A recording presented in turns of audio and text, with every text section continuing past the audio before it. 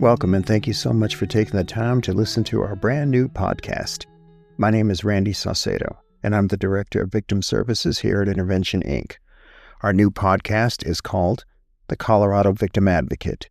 It's going to bring awareness and education about the important work done by victims advocates in the criminal and social justice system. Their work is truly integral to ensure that victims of crime are treated with dignity, fairness, and respect. Basically, here in Colorado, there are two types of victims advocates, systems and non-system based.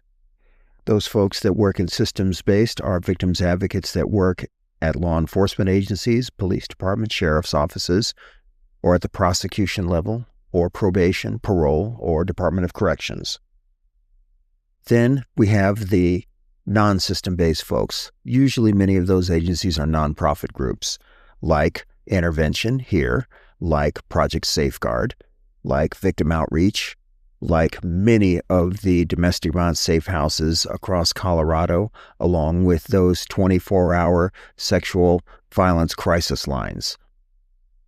Those are the victims advocates here in Colorado that we're going to be talking about on this podcast.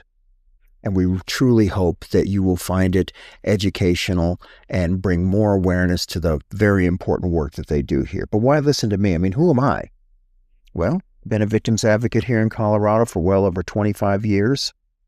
I got my first start as a volunteer victim advocate with the Westminster Police Department.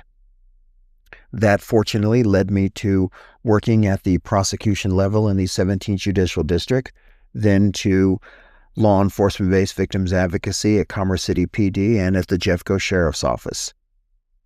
I then was able to move to the nonprofit sector with Project Safeguard and the Colorado Coalition Against Domestic Violence, which led me to my present position here at Intervention, where I've been for over 15 years. But as a victims advocate, I have seen a lot of things, certainly all types of crimes and traumatic events. Many of those things will be etched in my memory forever.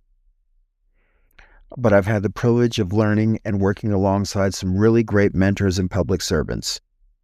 Certainly Jackie, Barb, and Amy, they gave me my first start at Westminster PD. Then working alongside and being given the opportunity to work with the big kahuna, Bob and Kate, at the DA's office in Adams County.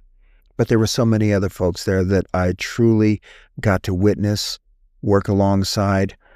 Many of those folks, DQ, Heather, Tammy, Biff, Tom, all those folks, just seeing the work that they do on a daily basis was truly inspirational as an advocate.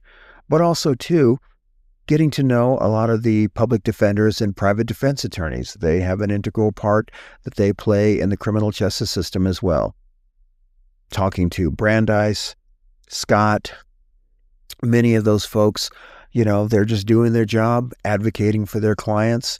And in many respects, I had to tip my hat because many of those folks, were truly working with some of the most incredible cases and incredible crimes that I had ever seen. As an advocate at that level, I worked on many of those cases that were first-degree murder cases, all the way to a misdemeanor level domestic violence case. So many of those folks that I worked with, advocated for, I truly felt a great responsibility that I had for those folks to ensure that they were treated with dignity, fairness, and respect.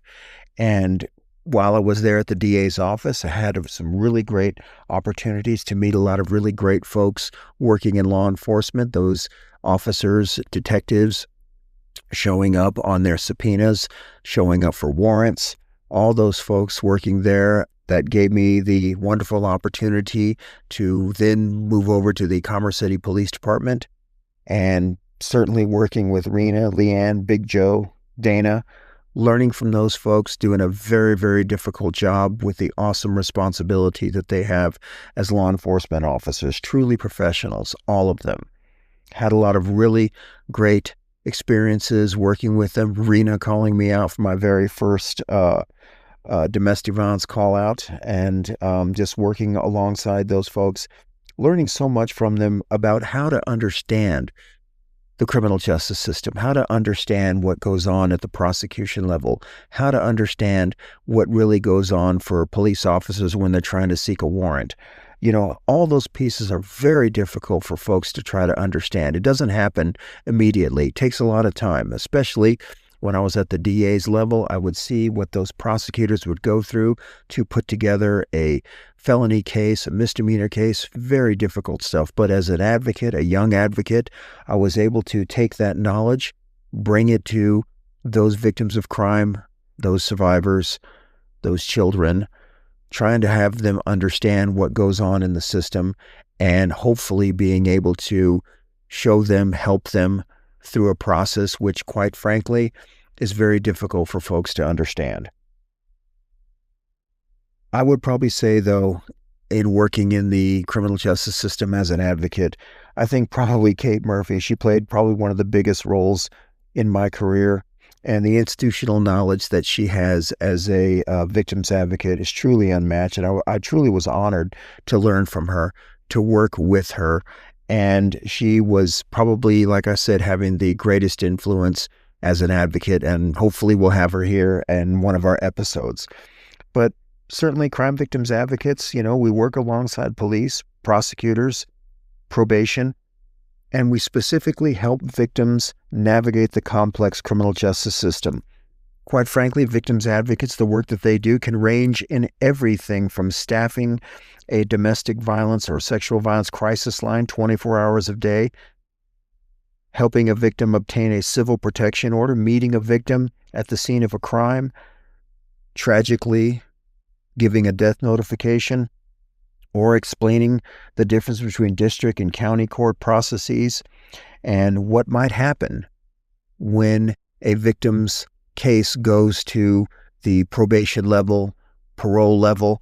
Victims advocates, we're there, we're assisting victims, we're letting them know what goes on in the system, hopefully helping them through that process. This podcast will highlight their work and educate listeners as to what it's like to even become a victim's advocate here in Colorado.